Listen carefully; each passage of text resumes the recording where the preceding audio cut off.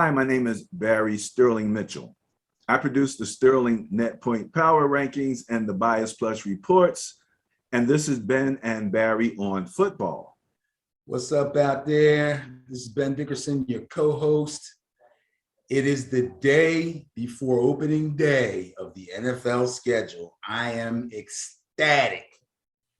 I can't tell you how happy I am right now. Tonight, I have my final fantasy draft for my main fantasy league. I am stoked. I'm ready. Let's go. Fantasy is really time-wise linked to the regular season because, you know, you're like with our net point power rankings and bias plus reports until somebody does something, we got no numbers, you know what I mean, to crunch. But Madden's not like that. We've had Madden now for a couple weeks, you know, and Ben, I have a confession. I had to step down and play with the B team. What happened? I was playing on all Madden level, getting my you-know-what whooped. Oh, man, come on, man. It's early. It's early. Wait. I normally play on Madden level. Tell me this. You normally play on Madden. But when the new games come out, because you've been doing this for year after year after year, when a new game comes out, do you find that that's the normal thing that you have to drop down for a minute and then come back up? Or did it just happen this year? See, this is the challenge. Let me make sure you understand. When I say I play on Madden, I played like the last year or two on Madden. Before that, I always played all pro. And the cheating is at another level on Madden. I think I told you about a few plays where like, I'm looking up, I'm like, wait a minute, hold it. This is ridiculous. But okay, It is what it is. You got to be good enough to beat the cheat. Right. But remember, I told you I had to change my playbook, right? And so my schemes and all of that coordination wasn't quite there. And what was happening when I'm playing Madden is you can't make a mistake because you're safe. That safety, I don't care what position he in. By the time that ball comes down, he done made a perfect pivot, two hands in the air. He's picking that thing off. You can't make a mistake. So I couldn't really, this is like practice. I couldn't really get the timing and stuff down. It was like everything was shut down, you know, where I wanted to go. Okay. All pro, you get things move a little slower. You get a little more spacing. And it helped me because I think I found what I call the nexus of my play calling, of my playbook, the nexus of my playbook. So this allows me to throw and run like I want to throw and run with my ability to audible into whatever I want to do and attack whatever part of the field I want to attack. That's kind of what you want to do in this. But until you have that playbook, you know, kind of down, you're not sure if this guy's going to run that or, you know what I mean? Exactly what they do. And before I couldn't make, you know, any little mind fart was completely taken. So when I win, like I did last night, it's kind of like, okay, I'm happy, but I ain't real happy. Now, Christopher plays online. That's kind of another thing. And I don't play as much online. I think I told you that. Yeah. Mainly because of my time. You know, I don't, you know, when he's online, I remember, you know, Crystal would come in and she's like, Christopher, you know, we got to be where we got to be in 15 minutes. He's like, but I'm playing the game. And he's playing against somebody. So he don't want to quit this game at all. You know, if I'm playing the computer, pause, I'll be back. We'll handle it later. You know what I mean? I got you. But it is different in terms of the thinking. Now you're you know, my head against your head and not just my head against the programming. And the programming is excellent. I think, you know, so often I'm just always amazed that at the programming, you know what I mean? When the program decides to blitz you, when the program decides to, you know, play the deep ball and all of that stuff. So that's what I'm amazed at. So what we're going to do is we're going to take a quick look at the teams. Now, what we did so far is we looked at all the units, right? Now, Vegas does the odds. And I didn't really get into the odds at this particular point. They're going to change almost on a daily basis. All of this stuff is somewhat fluid. But you have pretty much your favorites, you know, the odds on favorites and things of that nature, you know, to make it. Obviously, a team like Tampa Bay, who won the Super Bowl, may be an odds-on favorite up against, say, Kansas City, who was in the Super Bowl. But what we're going to do is we're just going to look at the team's Madden rating. And that is kind of a composite of the ratings of the players. So some of the other stuff that might come into play, like, for example, matchups, you know what I mean, might not be so much built into that algorithm because they're just looking at the team and its composite of players. So you take a team, let's say, like the Chiefs, they're going to have a higher rating. One reason, their quarterback is a 99 rated guy. That's going to push them up regardless of who they play, so that's sort of just team-based, attribute composite total. But I always think it's interesting that this is how they look at these teams. It's very objective. If it is anything, I think it's objective. I don't think there's a whole lot of opinion built into that. And what do we say when we do our Sterling Net Point rankings and Bias Plus reports? No opinion, no conjecture. No conjecture, no opinion. That's right. Straight numbers. Except for you get to have an opinion. I need that. Let me see if I can get this set up right. All right, as usual, Benny, whenever we look at any kind of ratings or rankings, we start at number 32, the lowest ranked guy in the league. Here we go. This is it right here. We have the Texans rated 75. Let me see if I can get a better graphic. There we go. I like that one better. There we go. So your Texans are rated 75. I'm surprised that they actually have the Deshaun picture up there. Tyrod is going to be the man. We got a little piece on Tyrod that on our Facebook page that we're going to talk about. Somebody was asking, should we feel sorry for him? But there you go. And next we have the Jets, rated 76. So far it makes sense, right? I guess so. Okay. Next we have the Colts at 77. No. No. What's the problem, man? You mean what's the problem? What's the problem? They're saying the Colts overall Madden rating is 77. Team-wise, yeah. Team-wise. Yep.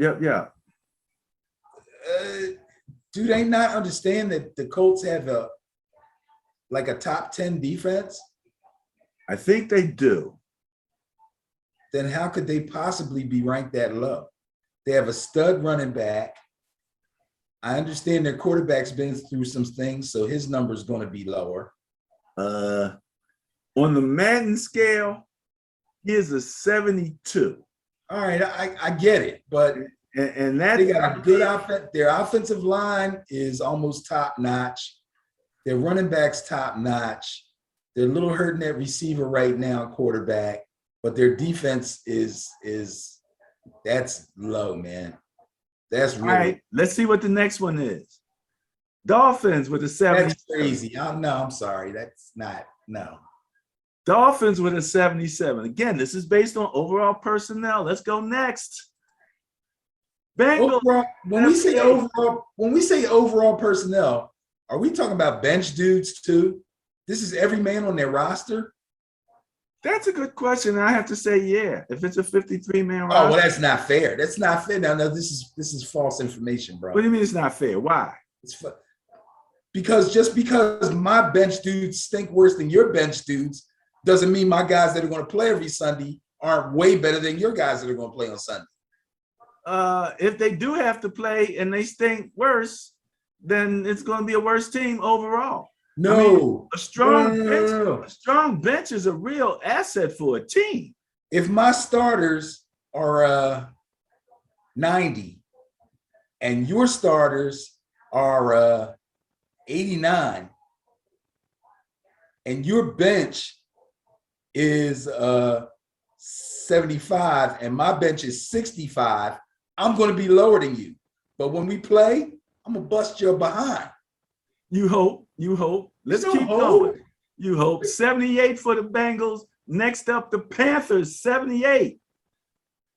78 for the Panthers. You think they should be higher? Yes. Okay. You think they should be beating out the Falcons at 79? Probably. Why?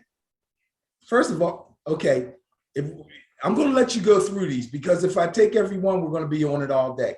First of all, you haven't mentioned the Jaguars. You haven't mentioned the Lions. You haven't mentioned the Raiders. All of those teams should be lower than that team and the team you just showed.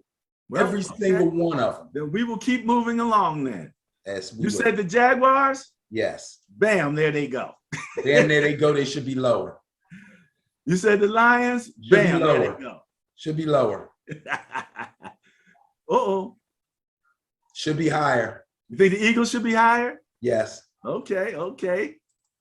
The Giants should be higher. Oh, get out of here.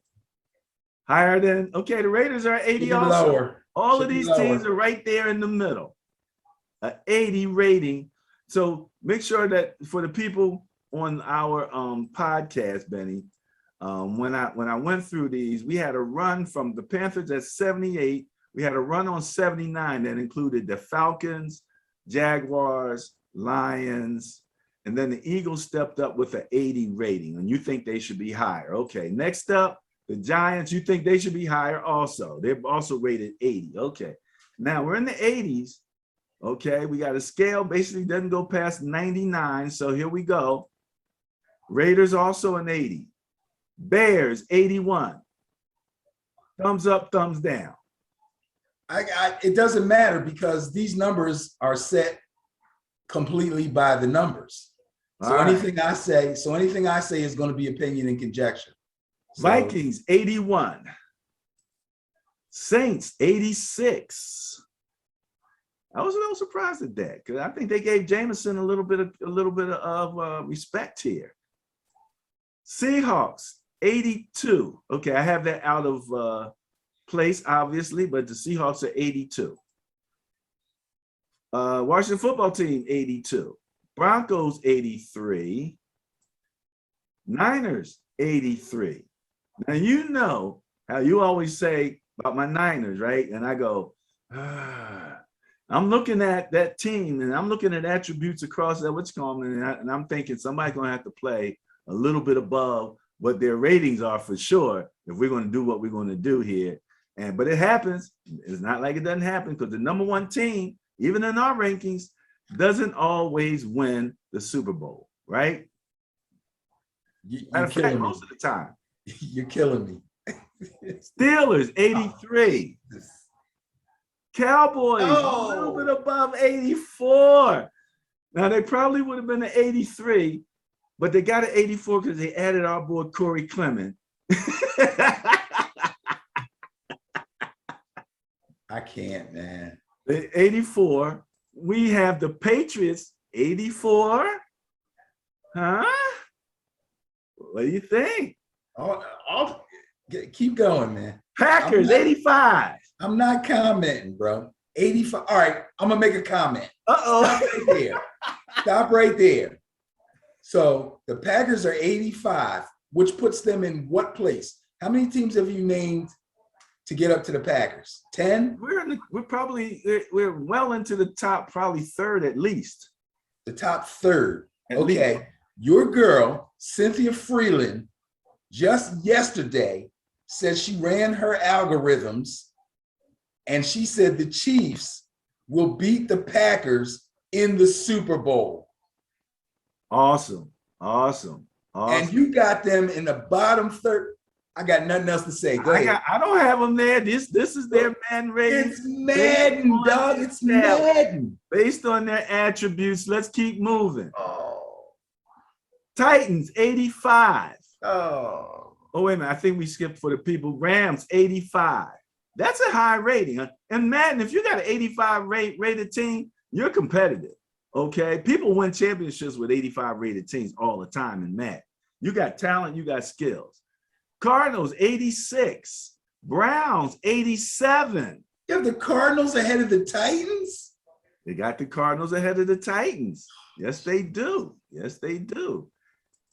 The Ravens, 88. Okay. Chiefs, 89. And the Buccaneers with the highest rating at 92. So there you go. Those are your Madden ratings for all you Madden guys out there. You got to figure out what team you want to run with, who fits your personality, what personnel you like best. But you know where the talent is, and you know who's going to be struggling. That's the bottom line to it. Ben thinks they should be higher. I need a drink. What are you drinking? Crown Royal Reserve. Oh, okay. Is that the good stuff? That's the good stuff for me. if you're a Crown Royal drinker, Crown Royal Reserve, in my opinion, is a lot smoother and tastier than Crown Royal Black. I know a lot of people like Crown Royal Black. Crown Royal Reserve is my go-to at the moment.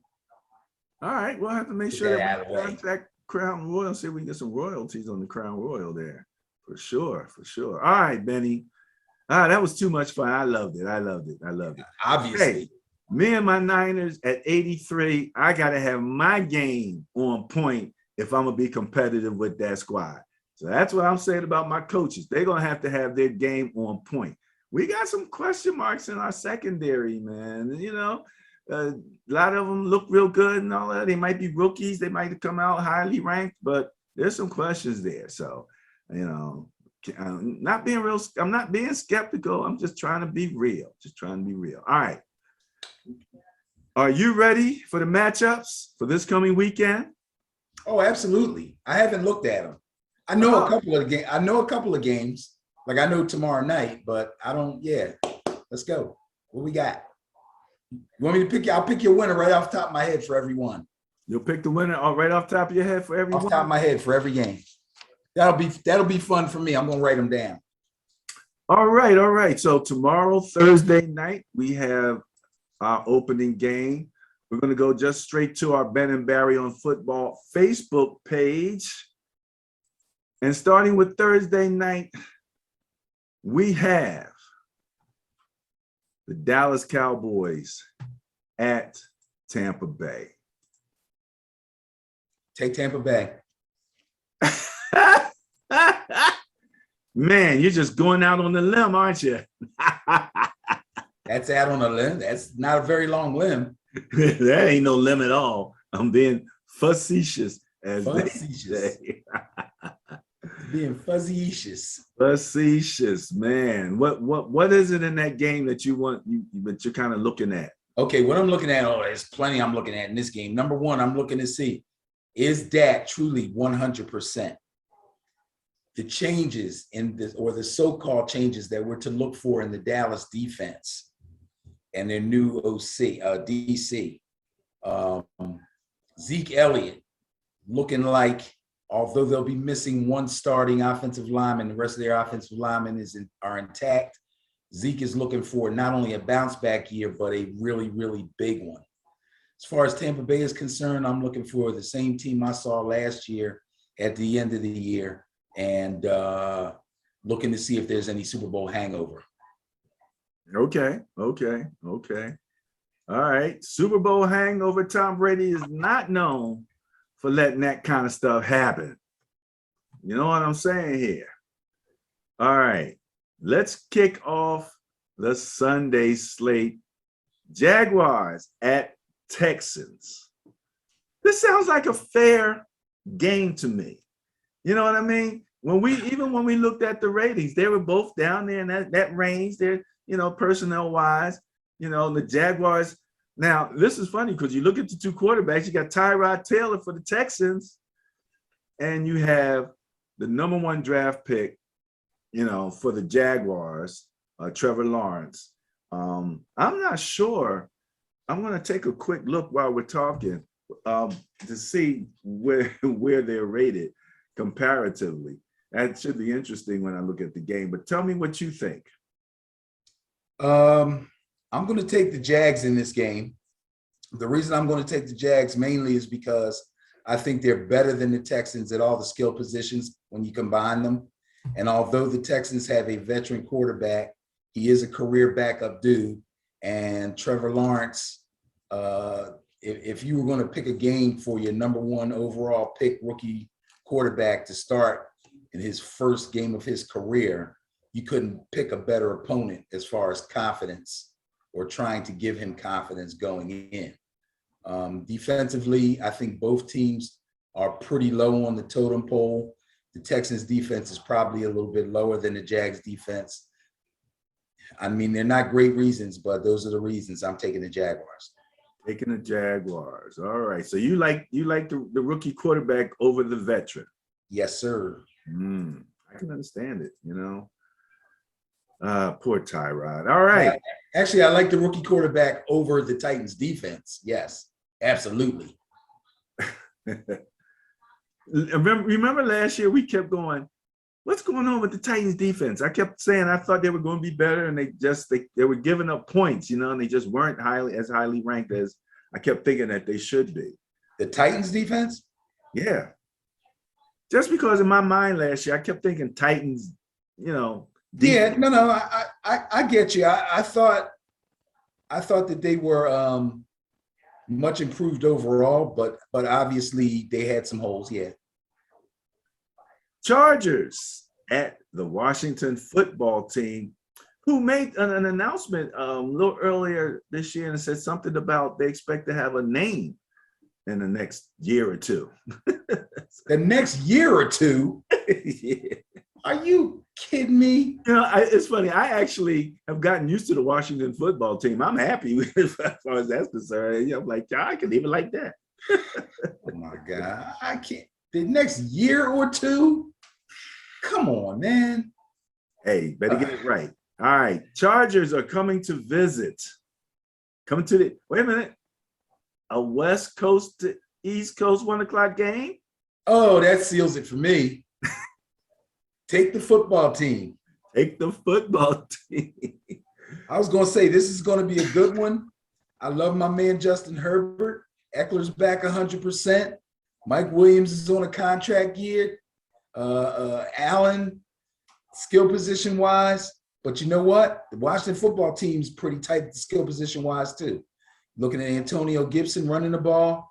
The only question that most so-called experts would have is, what are we going to get out of Fitzmagic? And I tell you what, he said himself in an interview the other day, and I don't believe that I remember him ever being one for hyperbole. He said he's playing the best he's played in a long time. And this is the first time he's had skill position players the caliber of the ones that he has now, with Curtis Samuel, McLaurin, Antonio Gibson, Logan Thomas at tight end. I like Washington. I'm going to take Washington. I like the Chargers too, but in this game, I got to pick Washington. Okay. I'm looking for Fitz fun. That's what I'm looking for. I'm expecting some fun out of that situation. Seahawks coming across to the East Coast. Want to play the Indianapolis Colts, who you think should have been rated higher. Long story short, Russell Wilson's coming to town, baby. What's up? Off the top of my head, I would say the Colts. However, I have a little trepidation here. This is a 1 o'clock game also? I do believe. Okay, so the Seahawks have the longest to travel of any team in the NFL when they have to travel. However, Indianapolis is not on the East Coast. So we're going to take that out of the equation. Oh, that's true too. Colts defense is very strong. This one's going to kind of depend on Wentz. I would take the Colts if I felt good about Wentz, but it's hard to feel good about Wentz until I see him play a couple games. I'm going to go with I'm going to let Russ cook.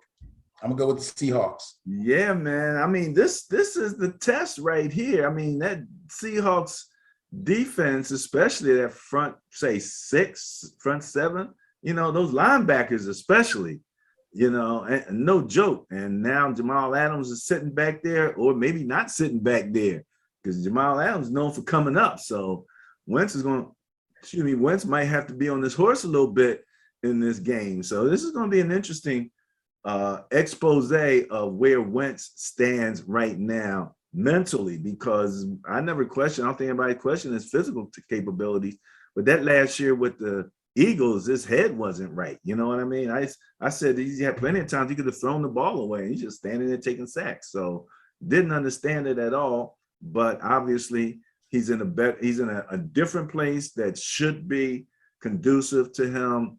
I think it's all, you know, friendship and love and good vibes down there with the Colts. We'll see whether or not that's going to get him over the hump. How about Jets at Panthers? I'm going to take the Panthers on this one. I'm not going to think too much about this one.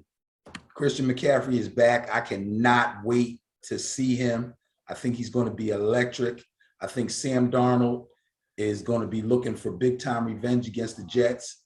Even though Big Eyes Coach Gase isn't there anymore, he's still got something to prove. He's in a different system with a different coach. I think a coach that's going to cater to his strengths and try to limit his weaknesses. I like the receiving core down there with DJ Moore and Robbie Anderson.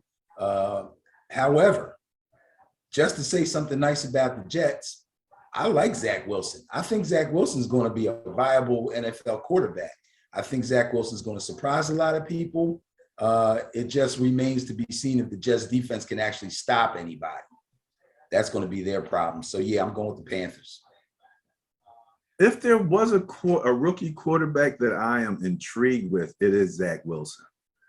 He's shown some really good flashes in preseason. Even though it's just preseason, he showed some good stuff, man.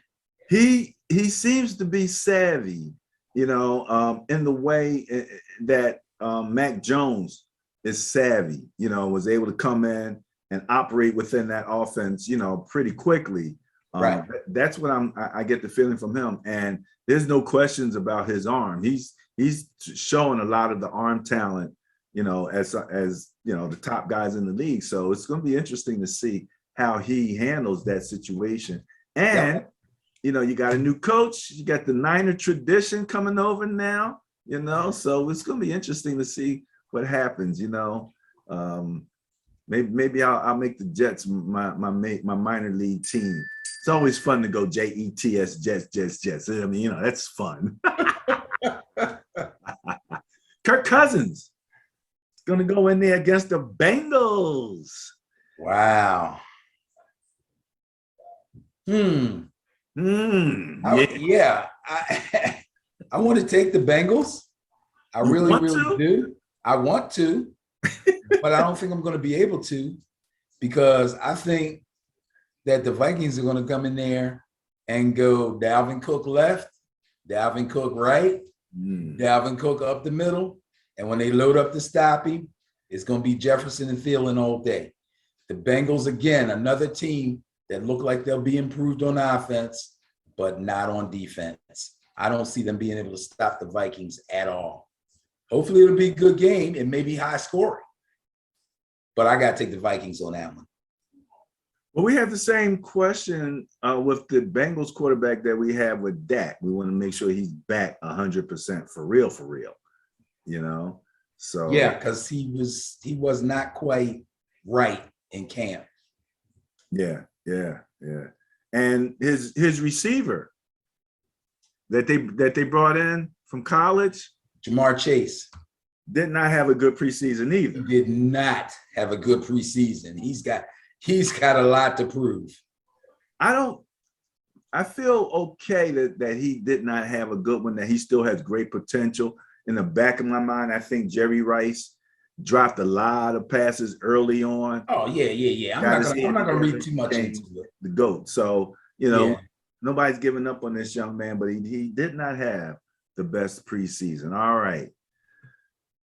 Did I just say Jerry Rice? My 49ers going to visit the Lions. Now, we know that quarterback. Take the Niners. We can move on. This game's no contest. The way you're picking these Sounds like you were a little more in tune with the Madden ratings than what you were letting on. Why you say that? Oh, well, hey, look, Madden ratings, who's higher, who's lower? You know, Niners are rated higher than the Lions for sure. That's all right. This could be the intriguing game of the week. Yeah, this game is intriguing.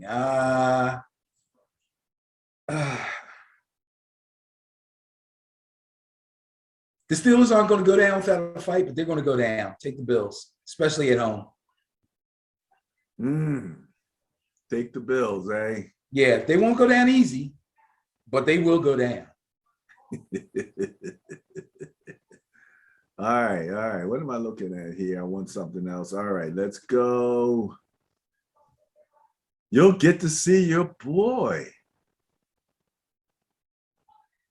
Who you've been looking forward to, your tight end. I can't wait. I can't wait to see Kyle Pitts. Much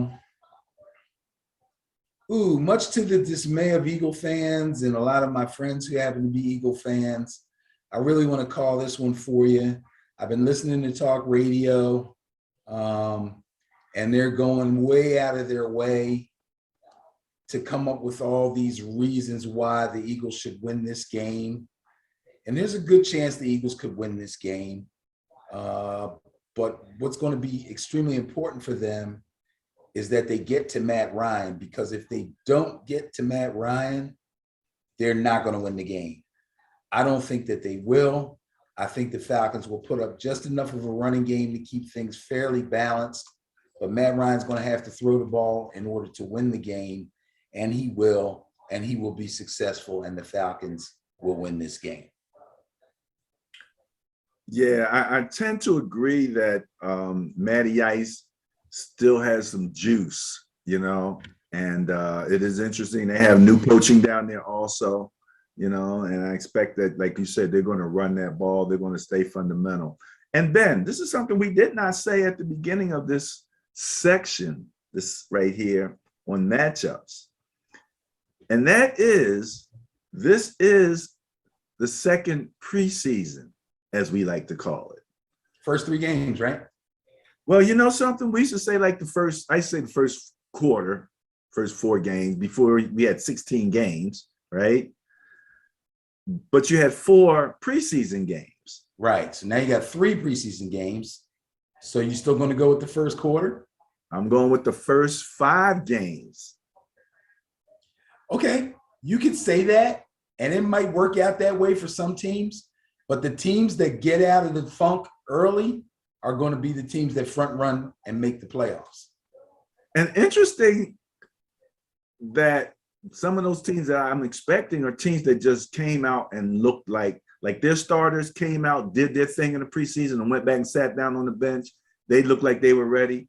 You know, Roethlisberger, for example, looks like he's ready to me, you know. When I seen him come out, he was sharp. He threw us 2 or 3 touchdowns and went and sat on the bench.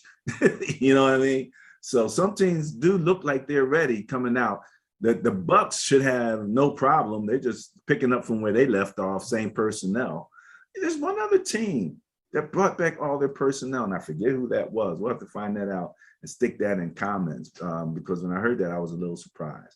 All right, Eagles and Falcons. You expect the Falcons to come out and be ready? Yeah, I mean, the Eagles got what in effect is a rookie, you know, second year on the team, but in effect a rookie at quarterback. Now, this is contention for an intriguing game. This looks like an AFC title matchup, right? First game of the season. Browns at Chiefs. Man rating high on both of them. It's a tough one. And, you know, I mean, give me a break. It's the first games of the season. I'm not fully in tune with everything, but from what I know and what I feel, I think this is going to be a down to the wire, rock 'em, sock 'em, probably the best game of week 1. And if it was in Cleveland, I would take the Browns, but I'm going to go with the Chiefs.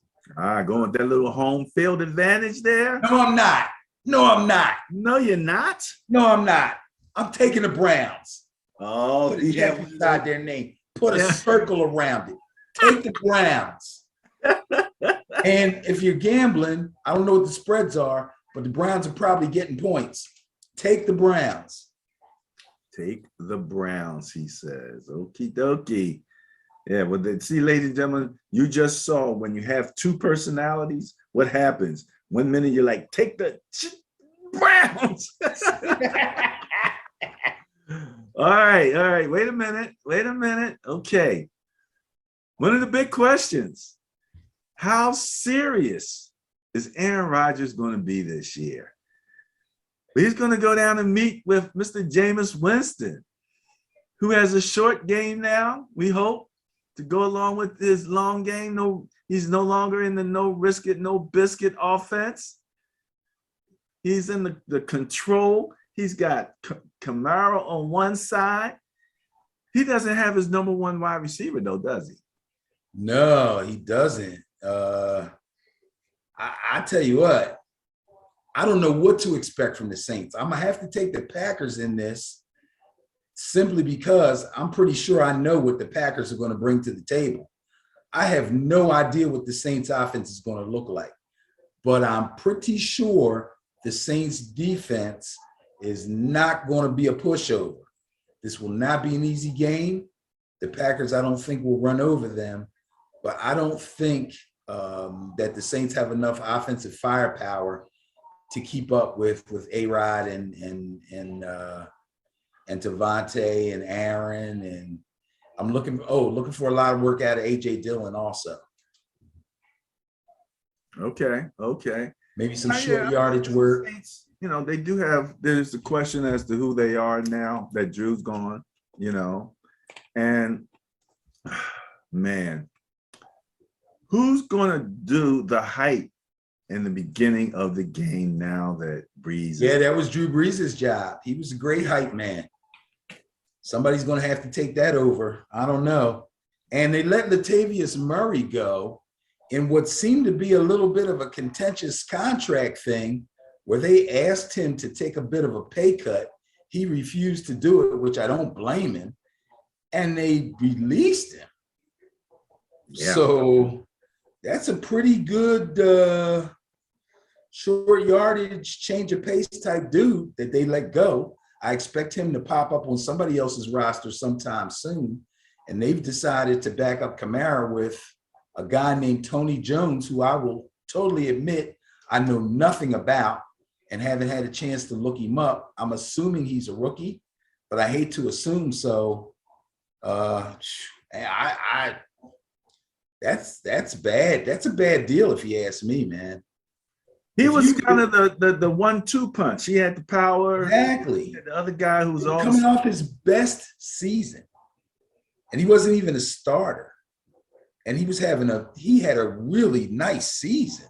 Like, he did his job. What he was there for, he did it. He scored. He got short yardage. He gave Kamara breaks when he needed them.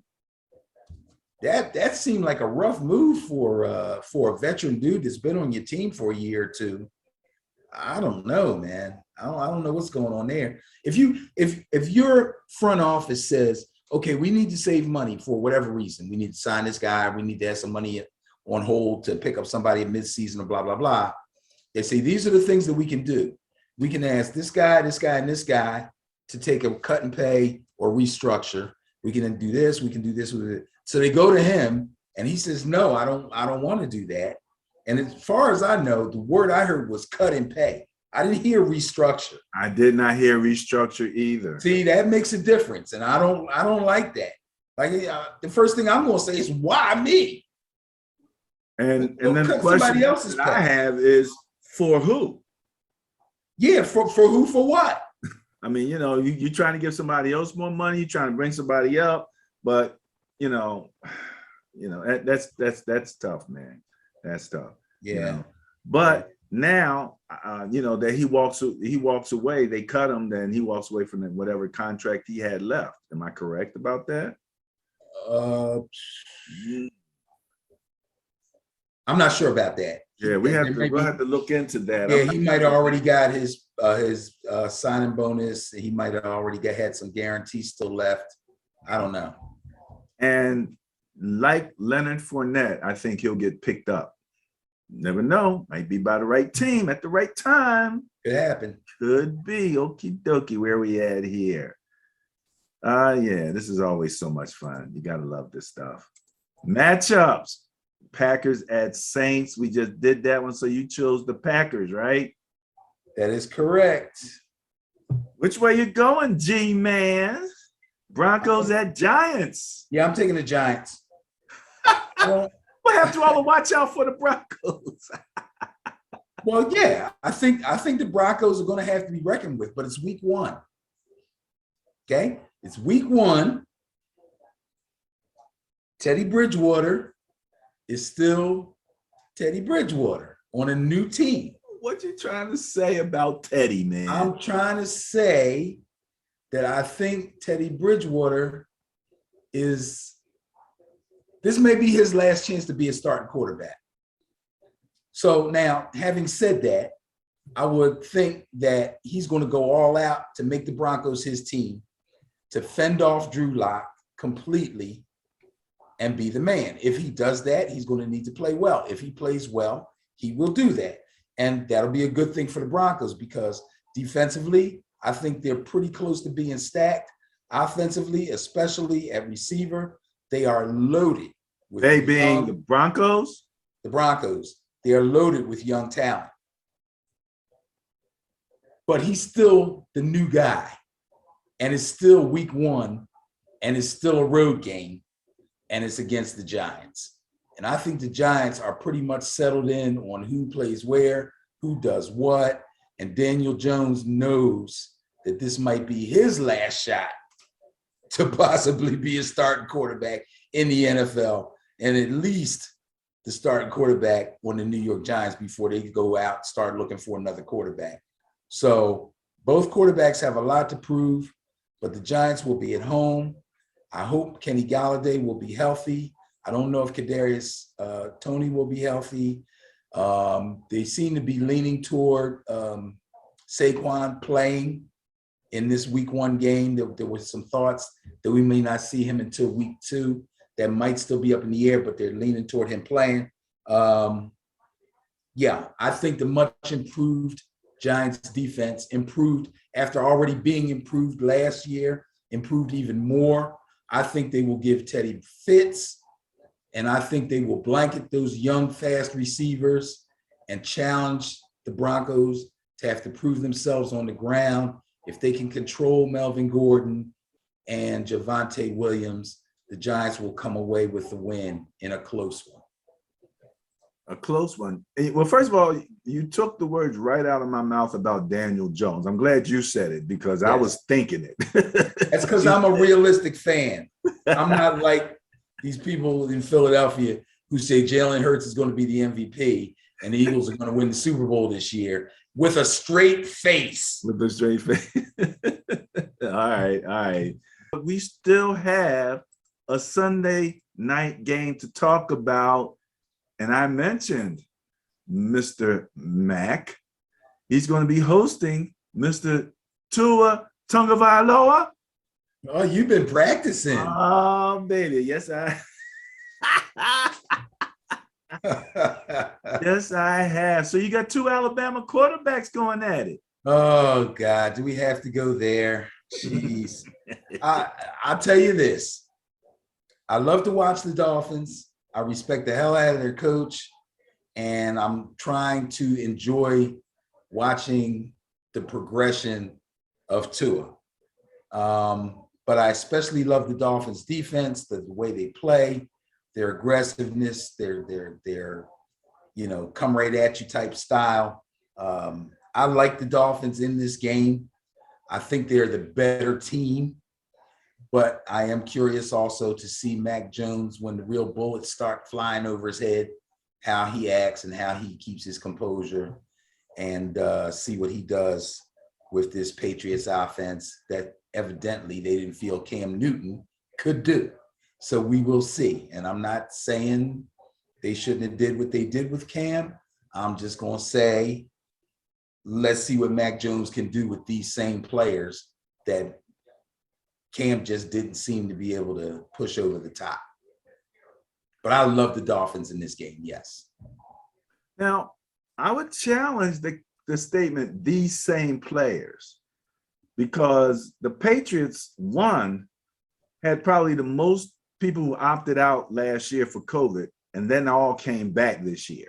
They weren't there for Cam last year. So that defense is not the same. Right. Two, the Patriots did something they don't do a whole lot of. They spent a lot of money. Okay. And those guys wasn't there last year either. So okay, this but I'm talking about Patriot team that I'm talking seeing about right now. I'm talking about the players that have been here since Mac Jones has been here. So they drafted Mac Jones, they go to OTAs, they go to training camp, and they're like, here's the team. Okay, Cam, you didn't have all these guys before. Now you got them. Here you go. You're the starter as of now. You get the reps with the number one unit. And then they say, Mac Jones, here's the system. You learn it. Here's the players. In other words, if we take out the whole vaccination premise about Cam and why he was released, we take that out. I still feel like they were leaning toward trying to get Mac Jones in there ASAP. That's just my feeling. I could be wrong, you know. I don't think that's wrong. I don't think there's anything wrong. I didn't say it was wrong. I didn't say it was wrong. You're right. I think let's face it. Cam is no shrinking violet. He's not the guy that's going to sit on the bench. I don't think in his mind, he's a backup, especially to a rookie. So I think in their mind, it became either or. And like you said, their bias went toward Mac Jones. Obviously, they wanted him. He went high in the draft. Of the rookies that will be starting, he's probably the one that had I shouldn't say it that way. I was going to say he has the guy in front of him, or had the guy in front of him who was the weakest of the group. But when I look at Chicago and I see Andy Dalton, I don't know if that's quite true, but he had a promise, and he's going to be, that's going to be his situation. Justin Fields will be it'll be different for him. I think I know what you mean as far as of the rookie quarterbacks coming in, the guy that was ahead of them was looked at a certain way. I think they were more than willing to give Cam every opportunity to have the full squad, no injuries, no opt-outs. Here you go. Let's see how you run this thing. And then when they gave Mac Jones his chance, they were impressed. So then it becomes, hey, who are we actually going to be better with? And I believe if the whole release of Cam thing hadn't happened, his days were still numbered. Yeah, it was a matter of when with Cam. If they had wanted Cam as a long-term option, they would have gave him a long-term contract. Right. They paid him like a short-term option. Right. And again, if Cam wasn't Cam, they might have kept him. You know what I mean? Different situation, let's say, than the Niners with Garoppolo. Their draft pick, they went and sold the future to get their draft pick, but they still believe Garoppolo, can run that offense and be competitive. So, I think that's the bottom line with that. All right. So we are coming to the Sunday night matchup. Let's take a quick look and see.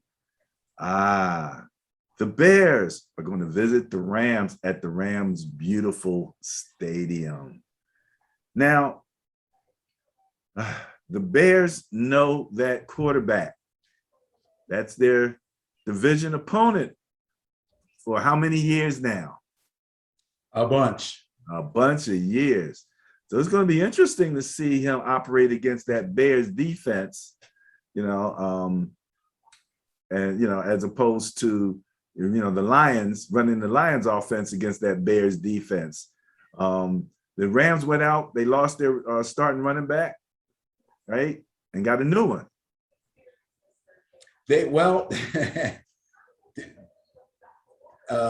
Darrell Henderson and Malcolm Brown were kind of back and forth as the number one guy, and they were bringing Cam Akers along slow last season.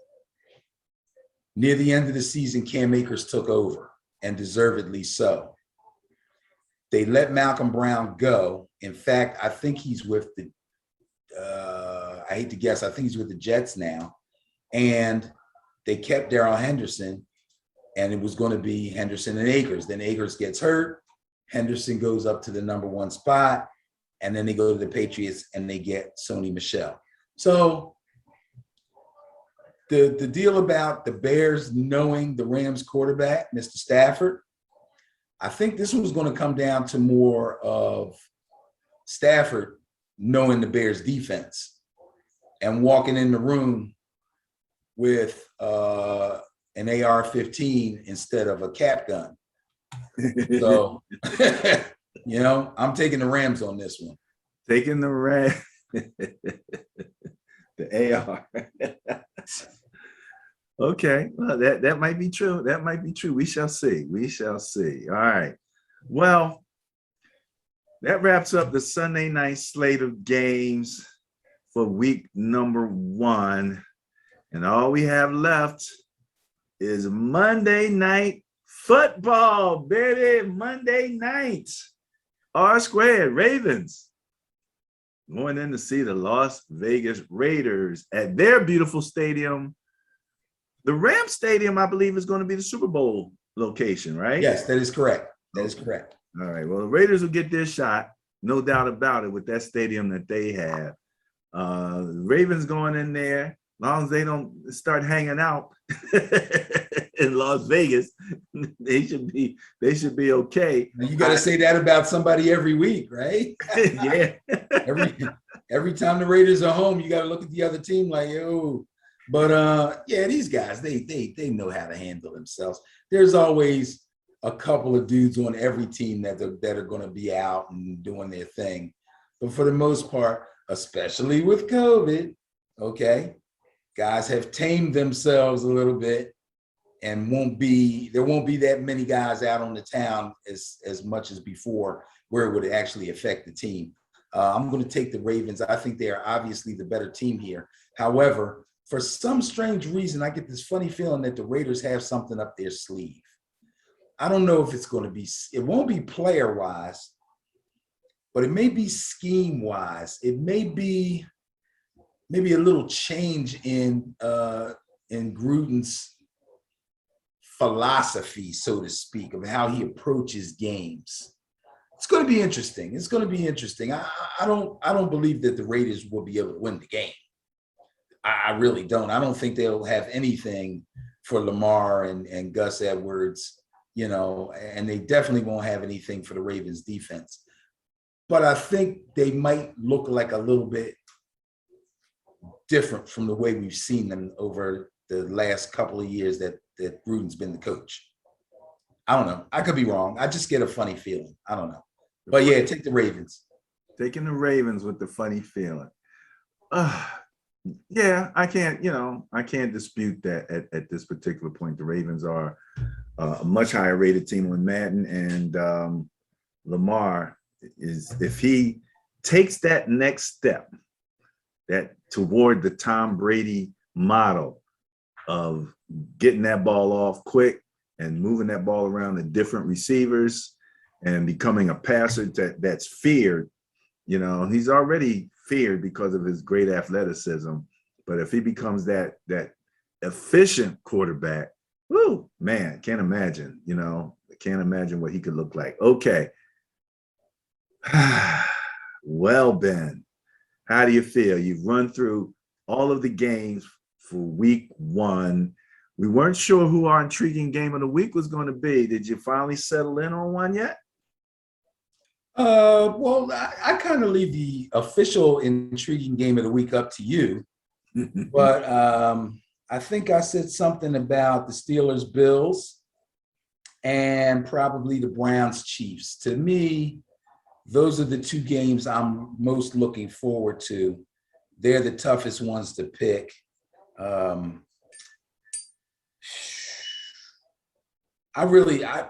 tell you what, I think the Browns are going to beat the Chiefs.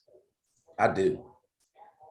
I do. I'm just saying, You really believe that, eh? I believe it. I believe it. Okay. Well, if you believe it, they can achieve it. It is going to be interesting, especially because the Chiefs have like a brand new offensive line. Like everybody's like, Yeah. they got a rookie, I believe, at center. And so that's probably their biggest question mark right now, is how that offensive line is going to be able to hold up against that Browns defense. I didn't watch any of their preseason games. Did you? The Chiefs? The Chiefs, not a whole bunch, because again, they really didn't play their starters that much. I didn't think so. And I know Andy Reid is famous for giving you the vanilla offense. Yeah, he don't give much. Talk about tricks up your sleeve. That guy's got a million of them. He's got some big sleeves. Hey, look. After the game, let's go get a cheeseburger, baby. That's right. Let's go get one. That's how he celebrates. That's pretty good. That's pretty good. All right. Well, that wraps up the matchups for week 1 of the 2021 season. Next week, we will have actual scores and actual rankings and actual net points and turnover differentials. Those 2 things that we focus on when we start to look forward to the upcoming weeks. And so, Ben, do we agree that the second preseason was going to extend through game 5, or did you have a different idea?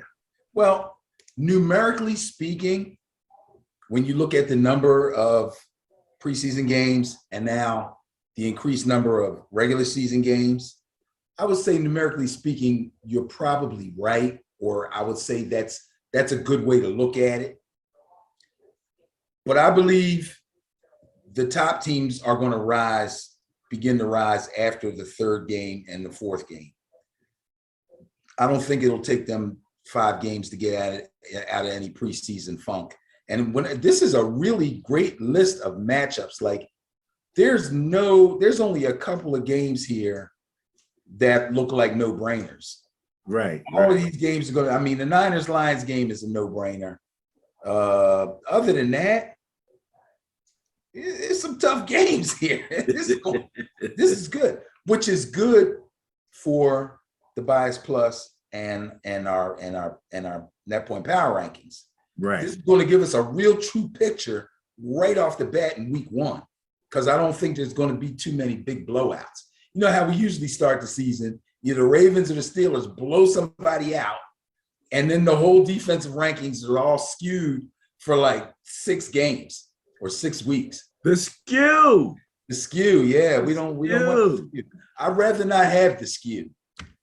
I think last year the Browns got caught up in the skew. Was it last year or the year before that they played the Ravens and the Ravens demolished them week 1? I think it was last year. They put a whooping on them. And the net point bias plus matchups looked bad for the Browns for a minute after that, man. It was hard to be favored when somebody beat you down like that, But I think you're right. Even when you look at it from a Madden rating, that the teams that are playing each other are pretty close, relative to that. So I think that's pretty cool. All right, there we go with that. All right. So as usual, what we do once we've completed those scheduled part of our presentations, we go to the Ben and Barry on Football Facebook page, where we have numerous topics of discussion. So starting right off with the page, let me get it up here for everybody to see. Someone posted, does anyone else feel bad for Tyrod? Best quarterback the Bills had in a while, then cut for the rebuild. Signed by the Browns, got a concussion, lost his starting job.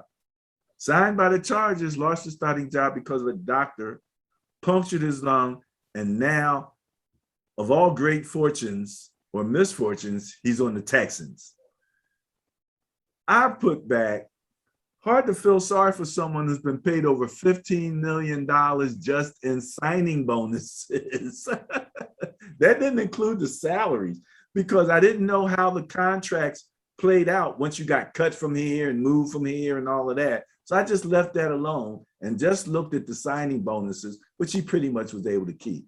$15 million. So I do feel sorry for him relative to his ability to reach the professional highs, you know, that any player wants to reach. And on that level, yeah. But man, if I could be a hard luck guy and make minimum 15 mil, you know what I mean? I don't know if I'd be looking for someone to feel sorry for me. Look at you shaking your head. No. I hear what you're saying.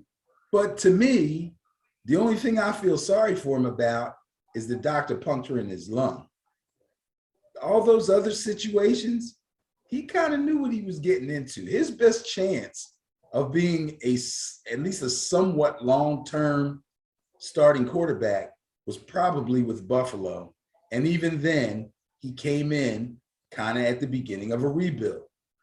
You know, it was only a matter of time before he was going to get overtaken by Josh Allen. Let's face it. Having him on the team surely wasn't going to stop them from picking Josh Allen. Then he goes to, where'd he go next? Let's see here. He went from the Bills to the Browns. Okay, so you go to the Browns. Got a concussion. He knew when he got there he was a placeholder for Baker Mayfield. Then he goes to the Chargers. He knew when he got there he was a placeholder for Herbert. He knew when he got there. So that's not all he can do is go in, take the money, take the starting job like they want him to, and play well enough to hold on to it for at least an entire season and then try to re-up for the next season. You know, if they got other plans or he doesn't play well enough, then the new guy's going to take over. He knew all that. And now he's on the Texans. I don't think he could care less what team he was on. He's getting paid and he's starting. He should be ecstatic. He should be happy as hell. Yeah. I mean, that's how I looked at it. You know what I mean? And he has no competition for the job now. Right. Exactly. They're not going to play Deshaun. Exactly. So he's got a rookie and a nobody behind him. It's his to do. It's his opportunity for sure. All right. You had a little something to say about this next piece that we posted on, and I'm gonna allow you to share it with everybody about Rob Ninkovich saying that Mac Jones was helping Cam Newton learn the playbook. Yeah. And that might actually have contributed to his demise as a Patriot. Yeah, I don't. First of all, Rob Ninkovich is supposed to be a diehard Patriots for life dude. This guy's won Super Bowls with them. He's played with Brady. He worships Belichick. You know, this is a guy who shouldn't be saying anything bad about a Patriot or the Patriots, in my estimation, unless it's somebody who's not conforming to the Patriot way and needs to get out of there. And maybe in this case, that's how he's feeling, because you're not supposed to share that kind of information, even if you know that it's true. Now, obviously, being an ex-player, he's probably got some inside information, maybe from an assistant coach, maybe from another player. My guess is it's from an assistant coach, though, if in fact this is true. And if in fact it was true, I don't think it was right for him to put that out there like that. That can truly, truly hurt a player, knowing that a rookie came in and had to help a 12-year vet, or however long Cam's been around, with a playbook. I don't care whose playbook it is. That's embarrassing. And I'm embarrassed for Cam. And I disagree. If I was Rob Ninkovich and I came up with that information, I would not have aired that information. I would not. But, you know, what are you going to do? Interesting. Well, you have a lot more on Mr. Nigga Vic than what I had. I just thought it was interesting.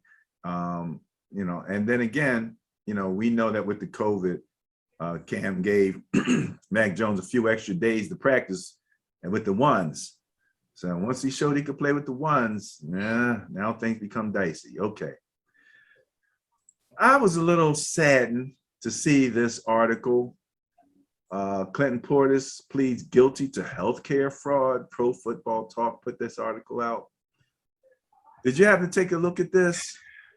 No, I didn't, because it saddened me, and I've just decided not to read it and move on to something else. I like Clinton Portis. I always liked Clinton Portis. I liked him when he was at the University of Miami. I loved him when he was with the Washington football team.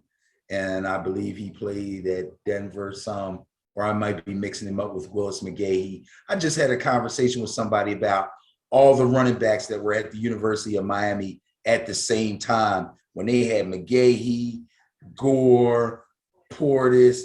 It was incredible. All these great backs were all there within a small period of time and all had success in the NFL. Plus, he was a good guy. He was a funny guy. You know, you only heard good things about Clinton Portis. And now to hear this, it's a bit sad. I mean, did they convict him? What the heck? He pled guilty. Now check it out. He submitted a claim seeking reimbursement in the amount of $44,732 for an oxygen chamber and $54,532 for a cryo sauna. This is Wait a minute. Medical claim. He put in medical claim. This sounds like something that a current player would want. Does he own a gym or something, or a health spa? I don't know. I didn't see any of that in the article per se. But that's the first thing comes to my mind. Sounds like he's trying to stock up his little health spa with some high-priced good stuff. I hadn't thought of it that way. To bring in clientele. That's the first thing comes to my mind. What the heck does he need a cryo chamber for? He don't play no more. So he can freeze his feet off like AB almost. He doesn't play anymore. There's no need for that. The only thing I don't know, and I'm taking a quick look here at the article. Sometimes these things take so long in the legal system that he might have been like just recently out or something like that when he, you know, posted those claims. But I don't really see, you know, that information. So, you know, I'm gonna, he played in DC, it says through 2010. So that's been a while. So, but like you said, he was a funny guy, man, you know, so for him to do something silly like that doesn't quite. Well, I mean, obviously it's a scam.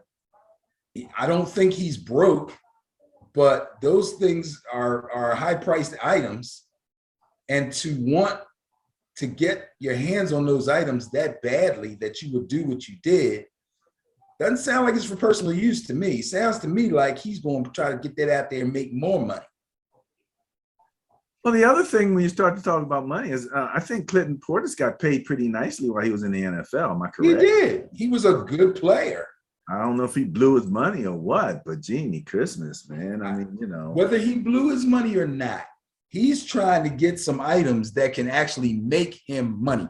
Those oxygen tents and cryo chambers, people with money will pay to use those, and athletes will at all levels. They had one of those cryo chambers down in Florida for the freaking flag football nationals. Really? Yes, and dudes were in them. You get in the joint up to your freaking neck. Wow. And they monitor the temperature and all. That's relatively just putting ice on your body. You just getting you do your whole body. Yes. You don't need to do the ice tub, right? You forget the ice tub. Wow. That's amazing. That's amazing. I'm telling you, I learn stuff all the time. with Ben and Barry on football. Okay, this article I found was interesting. Why did NFL Commissioner Roger Goodell refuse to postpone the Broncos COVID-19 game last season? Remember that? And they had to play the game with no quarterback. They had a guy that they brought up to play quarterback like in grade school or something ridiculous. Grade school. It was high school. Okay. He was like a fourth string receiver that played in high school. But I think it was the Steelers game that he did postpone. Okay, so why? What was the whole deal with that?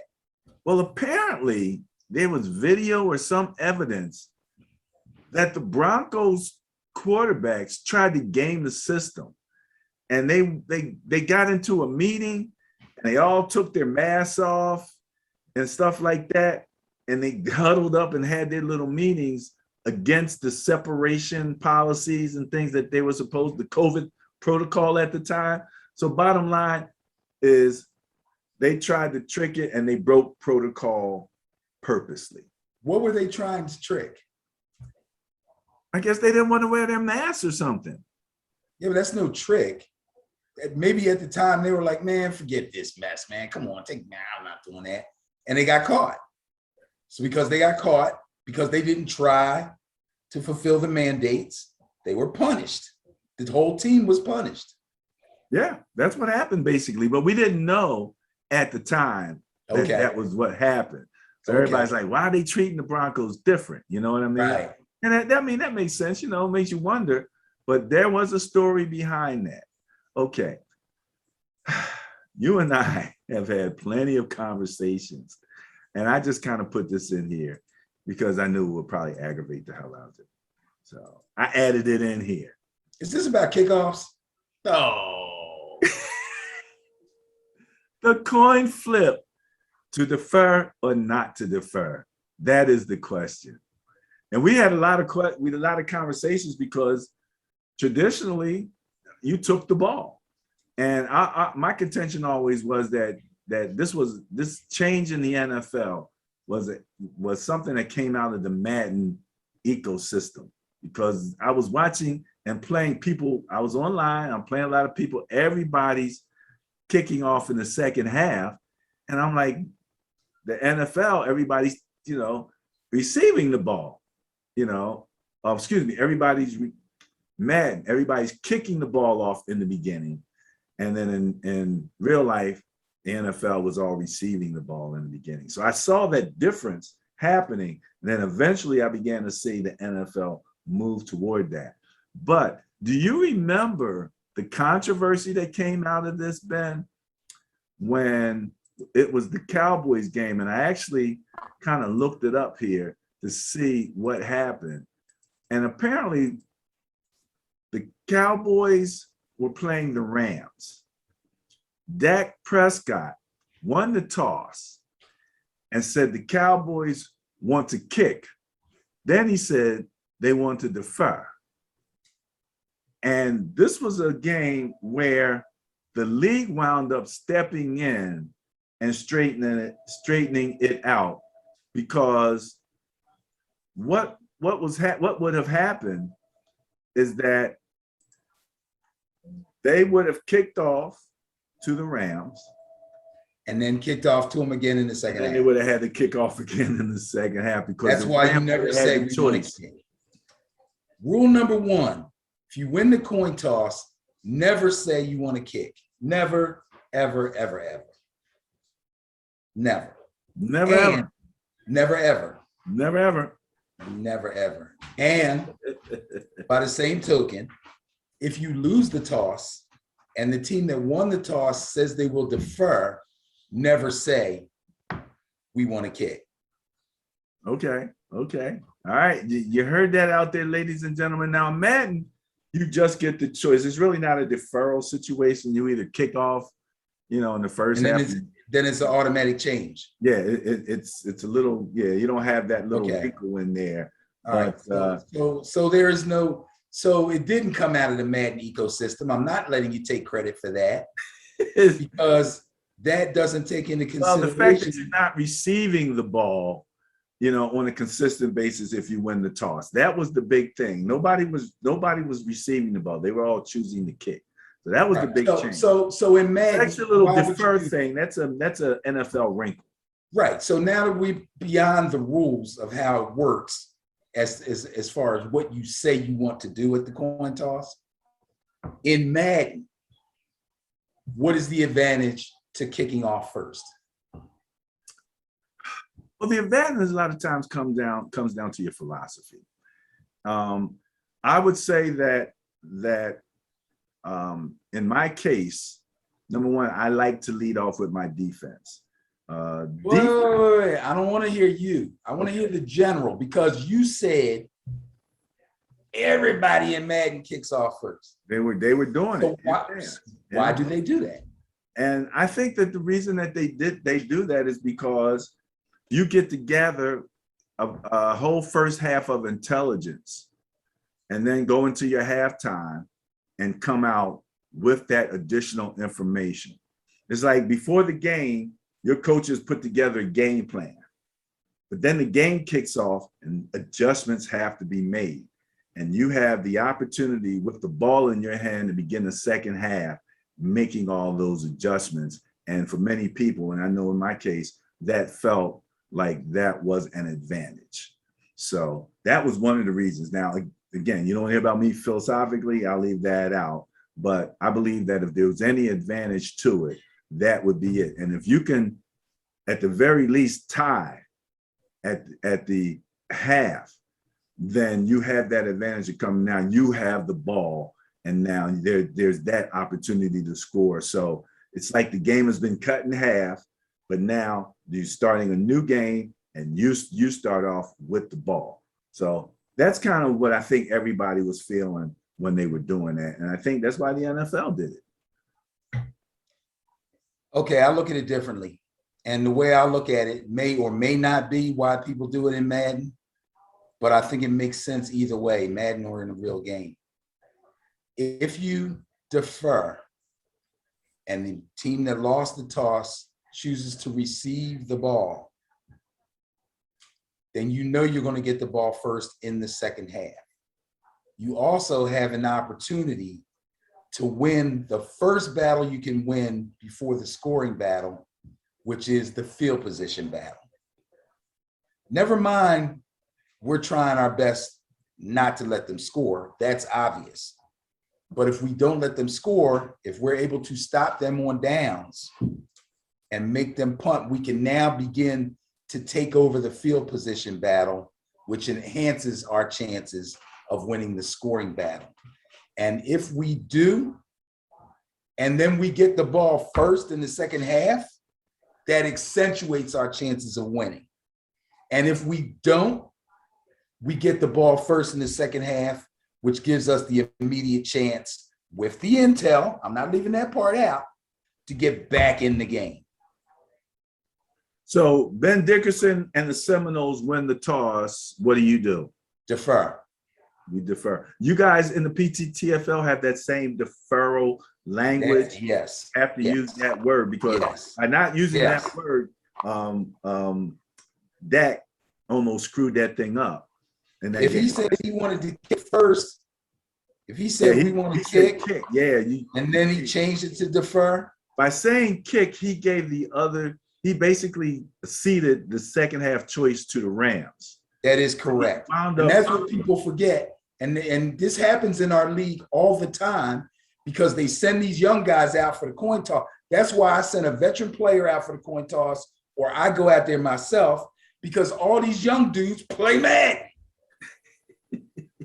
And they think it's an automatic change, and it's not. And once you throw that word defer into the rule book, it does kind of, it changes that just enough that if you don't use the word correctly, right language, you can screw yourself up. That's right. And what you're doing is you're deferring your opportunity to choose. I'll let you choose first. So they say, okay, well, we'll take the ball. Now, when the second half comes, the ref ain't going over there. He's coming to me. You want to receive, right? Yep. Which way you want to go? Yep. Let's go.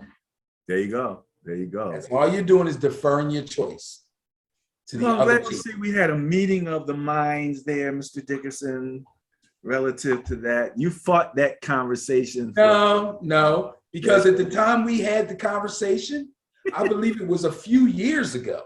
Oh, yeah. It was a good number of years ago. Yeah, we were So early. in fact, back then, everybody took the ball first in the NFL, That's right. right? Well, When you started playing Madden and came up with that, okay. But then over the years, over time, if you read the article, it gives an actual year, I think, that things began to change. The team started to realize that, you know what, it works out for me winning or losing better if I'm able to get the ball first in the second half. If I'm winning and I get it first, I can pile on. And if I'm losing, I get an immediate opportunity to get back in the game. It only makes sense. It only makes sense. All right, there you go. There you go.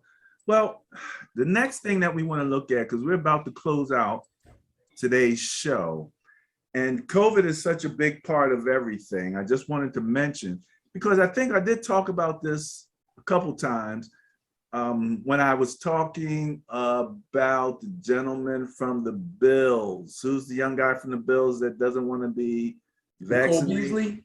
Cole Beasley, right. And I was saying that although we may differ relative to the vaccination, relative to the type of testing that I believe that the protocols for the NFL should be, that it should be daily and it should be for everybody regardless of vaccination status because of the Delta variant, which can infect and make a vaccinated person contagious also. So the rules that applied in the early COVID days should apply now. We thought that the vaccination would reduce the contagious capability of a person who was infected, but in fact, they're actually more contagious from what I'm understanding, the Delta variant. They're more contagious because their guard is down and they're likely asymptomatic. Well, they actually expel more virus than what they expected them to. They expected that with the vaccination, their virus level, an infected, vaccinated person, they expected that their virus level would be so low that when they expel virus when they're breathing and things like that, that they would not be as contagious because the virus level was so low. But in actuality, they're finding that the virus level is high. They're still asymptomatic because they've had the vaccination, but they're shedding virus big time. Okay, so I remember hearing the whole thing about the lower percentage, whatever. I never believed that. I thought it would stay at least the same. Okay, if I didn't get vaccinated and I contracted the virus and I was asymptomatic and I got around other people, whatever I had in me that I gave off was what I was going to give off. And if I was vaccinated and I was around somebody and I caught the virus and I was asymptomatic and didn't know it, and I gave off whatever, it would still be the same. That's what I thought, which is bad enough. So if it's worse, that's even worse. That's even worse. But the important thing is that, and some people still aren't clear on this, just because you're vaccinated does not mean you cannot catch it. And it does not mean that you can't give it to someone else. That's what people seem to be still screwed up about. Well, not just people, but the NFL. Because let's just go to the next slide because you go ahead. You actually brought it on right correctly. We talked about this last week briefly. Go ahead. Team news from the Seahawks. They announced that all attendees over the age of 12 must provide proof of COVID-19 vaccination or record a negative test result within 72 hours. 72 hours. This is the fans, right? This is fans. And that was my contention, was that the NFL, even though I think that they should be more strict relative to the COVID protocol on vaccinated people, they were acting like there wasn't even, we're all back to business as usual. They let people come back last year. They're letting people come back, yeah, but they're letting them come. Last year, it was coming back at 20%, 25%. They were making sure that everybody was, spaced and all of that. they're like trying to get packed, overfilled stadiums now. They're so happy about getting those people back in the stadium. They're not really. This is the first indication that I've seen where a team has felt something, a little bit more for relative to the fans needs to be done. They seem to be at least trying to show some kind of awareness or whatever. I'm telling you, it's kind of like when we talked about how certain teams were treating vaccinated players as opposed to unvaccinated players when it came to how they were testing them. Some were being tested every day, some were being tested once a week. And we both agreed that they need to keep the test the same, right? So we just said that. But it seemed to me, not so much that they were doing it because of ignorance about the virus and about vaccinations, but that they were rewarding the vaccinated because they wanted so badly for everybody to get it.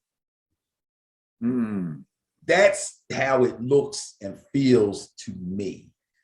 They can't be that dumb. He's got a bunch of underlings under him that look up stuff, Google stuff, and gather information for him on important stuff that has to do with the NFL and says, look at this.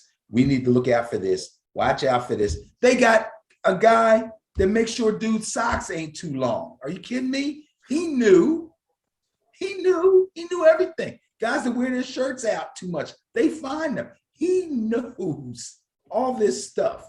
I really think he was trying to coax people into getting the vaccination. Those that may have been on the fence and didn't really know why they weren't getting it.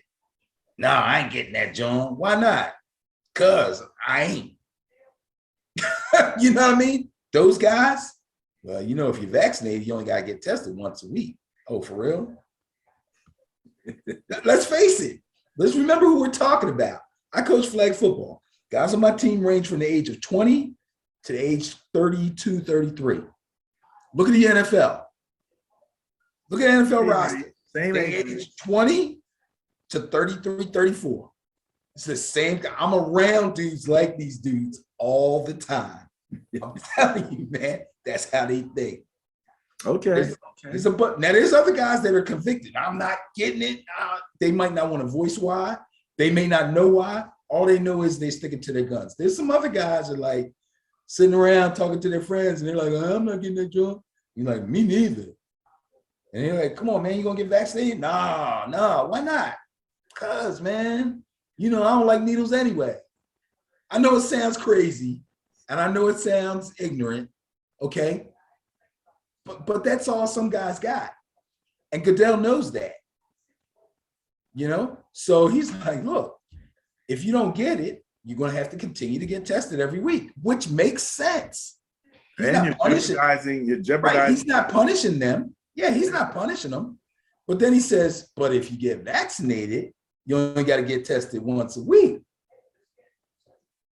Well, it'll be interesting because at a certain point they'll realize, okay, we've reached our point at which all those who are going to do it have done it, and those that are not going to do it have taken their stands.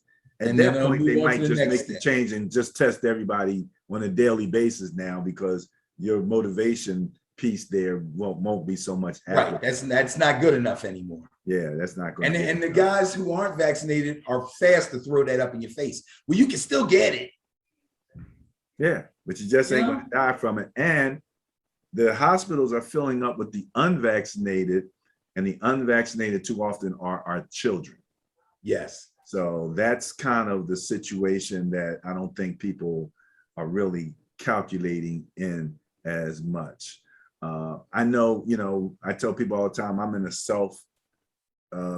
I'm self-quarantined, as far as I'm concerned. They're like, well, you still go out? I'm like, yeah, I go out. I go out for business. I handle my business, but I ain't going out. You've been self-quarantining since the swine flu, bro. No, I have not. Don't even try it. Even though I must say, the last time when we had the bird flu, I went outside and I had bird crap all over my car. I'm like, oh, man. I'm going to catch it. But now, like swine flu. Hey, get the pork chops out of here. I've never quarantined. This is the first quarantine of my life. So I actually like, I ain't messing around. And like, I'm like this. If I gotta wear a mask where I'm going, that ain't fun. You know, I understand people don't want to wear masks. I don't want to wear one either. But if I'm going to have fun and I gotta wear a mask, I'm like, nah, that's not the fun trip, you know. So I'm gonna leave that alone. Now I like when you get to go to the beach and there's nobody around and all that kind of stuff. That's all fine, you know. I'm out. I'm not one of those people think you walk out your door, you got to throw your mask on. You know, there's nobody within, 10, 20 yards of you. You know, I'm not that guy, you know. I go out all the time and I don't put a mask on if I'm doing my walks and if I'm just out, and I ain't in a crowd. You're driving in the car by yourself and yeah, but in the NFL stadium with 85,000 people, yeah, that's different. And then when everybody's packed going in, everybody's packed coming out, bathroom times or whatever, everybody's running in the bathroom and all of that. No. I mean, I know they want to make money. And I know they call themselves trying to do justice to the fans. The fans want to be there. We want you there, and trying to. But like I told you when Desiree and I went to the Sixers games, they let in just enough people where they could seat everybody with a row empty, a row half full, row empty, row half full, like that. They had people on either ends of each row, and there was an empty row in between, and you had to keep your mask on all the time unless you were eating or drinking. And the ushers watched. And if they saw you with food or beer, they didn't say nothing. But if they saw you, yeah, let's go Sixers, they're like, excuse me. So yeah. And it's harder to do at a football stadium. Pro teams, it protects them from being sued. Nobody can say they caught COVID, or got sick. If you're vaccinated, you might catch it, but you're not going to get sick. It's the secondary infections, and the NFL is not going to be responsible for any secondary infections. So I think it cuts down their legal liability. All right. We like to have some good news to kind of end up with. And then if you have any final commentary, I'll let you do that. But I saw this article, and we had some college football kickoffs, and we had some college football being kicked off in terms of the Hall of Fame, NFL Hall of Fame, and they had games. But this was a great story. I really enjoyed it. Jackson State and FAMU, one of my schools, arrive in Miami in style. Your boy, Michael Strahan. They were all rolling in Michael Strahan suits. That's cool. Suited down. Michael had, and the ties are from Dion. Dion has a tie company. Yes, he does. So they were suited and tied between Michael Strahan and Deion Sanders, and arrived in style. Nobody could say anything to those young men. I'm telling you, people can say what they want about Dion, man. This guy's going all out, bro. He's going all out. He's making sure that these HBCU kids, especially kids on his team, but he's willing to help out anybody that, they're just as top flight of program as any other Division I school. I see he had a little rant after the game, his post-game thing. He talked about the suits, by the way. And he's got a business partner, a business manager or whatever. The guy was off camera. And he was like getting into the thing about the players having their names on the back of the jersey. Not nicknames or nothing crazy, just their regular last name, like in the pros. And somebody came up with the whole, it's a slogan I use. It's the name on the front that's important, not the name on the back. It's the team name, not the, I get it, team-wise. But Deion's whole thing was like, wait a minute. This guy's family, his friends, his mama. You think they don't want to see their family name out there? Hard as these guys work to get where they're at.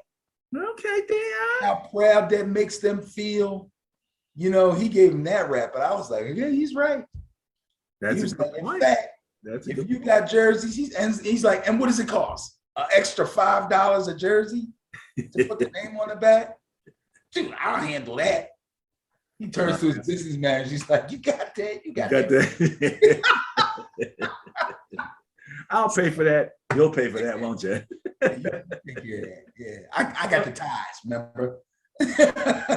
And going into this part of the NFL environment where they can get paid for their name and likeness, you know, it's nice to know who that guy is right there who just ran that 99-yard touchdown. That's right. If he signed with a company, that company surely wants to see his name on his back. Yeah, for sure.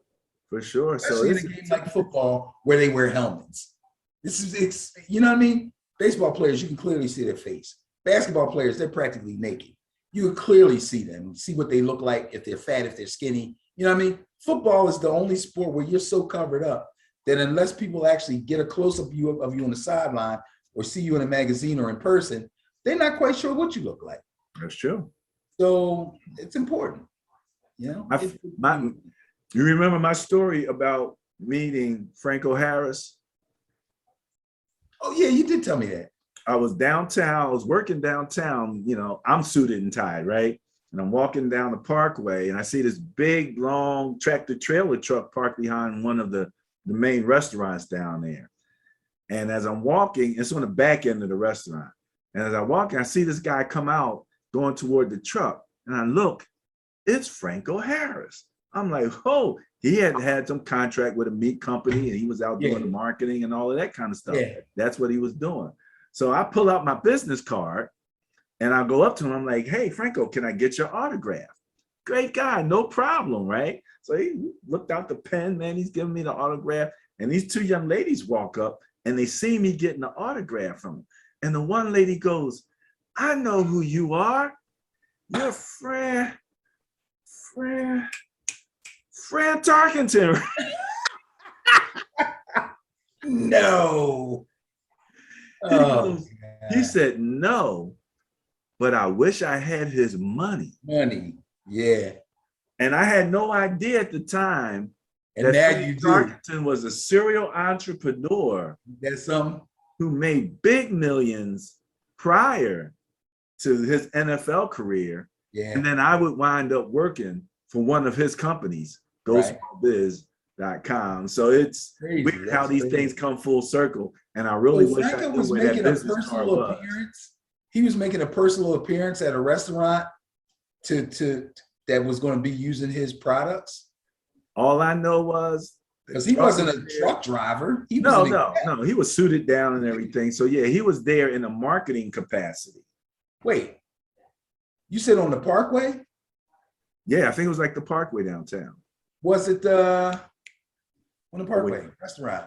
You're gonna ask me? Was it TGIF? I don't know. No, I think it was. You know something? It might not have been a restaurant. It might have been like an apartment complex or a high rise down there. They all got restaurants inside of them, and they all, you know, they serve food and all that stuff. But whatever it was, we were on the back end, and you know, he came out and great guy. I mean, friendly and everything, man. You know, didn't have any problem. Yeah, well, you know, I went to Penn State with him. Oh, that's right. Okay. I got my own stories. We'll save that. We'll save that. Well, you went to. I have to get your autograph then.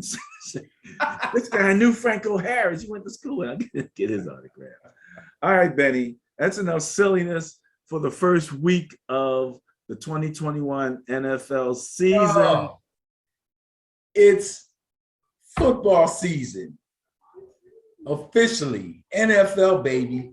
Tomorrow. Been waiting a long time for this. And I can't wait to get the power rankings going. And like I said, you look at these matchups, I think they're perfect to get us through the first week and get the power rankings going. It's perfect. This is we're not going to get a week this close. This is great. This is awesome. I'm telling you. I only see 2 chances of blowouts. Every other game should be competitive. Right. Exactly. Of course, I'll probably be wrong, but generally when the ones we think are blow, I'm gonna say ones we think Right. are blowouts, they'll be slogging into overtime. There'll be upsets, and then the other one, yeah. There's always a few, man. There's always a few. That's what the makes it great fun. thing about football. That's what makes it fun. Oh, Ben, just real quick. Did take a look at how the Bias Plus report did last year, just as a reminder for people. Okay. So I looked at week 17, right? 75% right in the bias matchups. Okay. The Bias Plus was right for 75% of those games. In the wild card round, 67%, right? In the division round, 75%. Now, This is less games, but still. yes. And speaking of less games, the conference, 0. There's only the 2 games. Oh, right. There's only the 2 games. And So we got them both wrong. the bias between the Bucks and the Packers Went to the Packers. went to the Packers at 0.2. Yeah, and that's about how close it was when they lost that stinking game. Not that I was rooting against the Bucks. Don't get me wrong; they deserve to win and all that. But if you get a chance, you can go back and watch that game. The Packers had their chances to win that game and go to the Super Bowl. They sure enough did. 0.2. I mean, you can't get when we had a few zeros, where it was just no bias between the two. That didn't happen too often. Right. It happened, but 0.2 was as close as you could get. Right. So I didn't feel too bad about that. And we were 100% on the Super Bowl. So, not a bad percentage, just Damn for good our percentage. unmanaged, net point power rankings and Bias Plus reports. No opinion, no conjecture, Reaction. straight calculations. All right, that wraps it up for Ben and Barry on football. Ben, any last words? Go Knowles.